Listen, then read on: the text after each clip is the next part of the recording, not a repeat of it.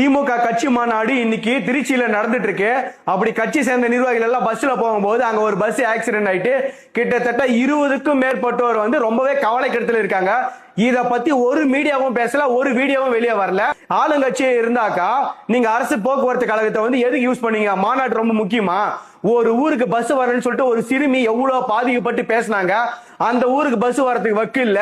மாநில மாநாட்டுக்கு கட்சி நிர்வாகிகளை கூட்டு போயிட்டு இந்த மாதிரி 20க்கும் மேற்பட்ட கட்சி நிர்வாகிகள் மிகவும் மோசமான நிலையில் இருக்காங்க.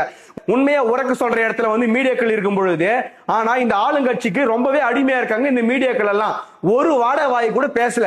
இவனுங்க எல்லாம் எல்லா விஷயத்துக்கும் பேசுறானுங்களே. இந்த 20க்கும் மேற்பட்டோர் ரொம்ப கவலை கடத்தில் இருக்கும் பொழுது ஒருத்தன் கூட இந்த விஷயத்தை பத்தி பேசல, ஒரு மீடியாக்கள் கூட இந்த விஷயத்தை பத்தி பேசல. மக்களே சற்று நல்லா சிந்திச்சு பாருங்க. உண்மையில எவனுமே ஷேர் பண்ண மாட்டேங்கிறானுங்க.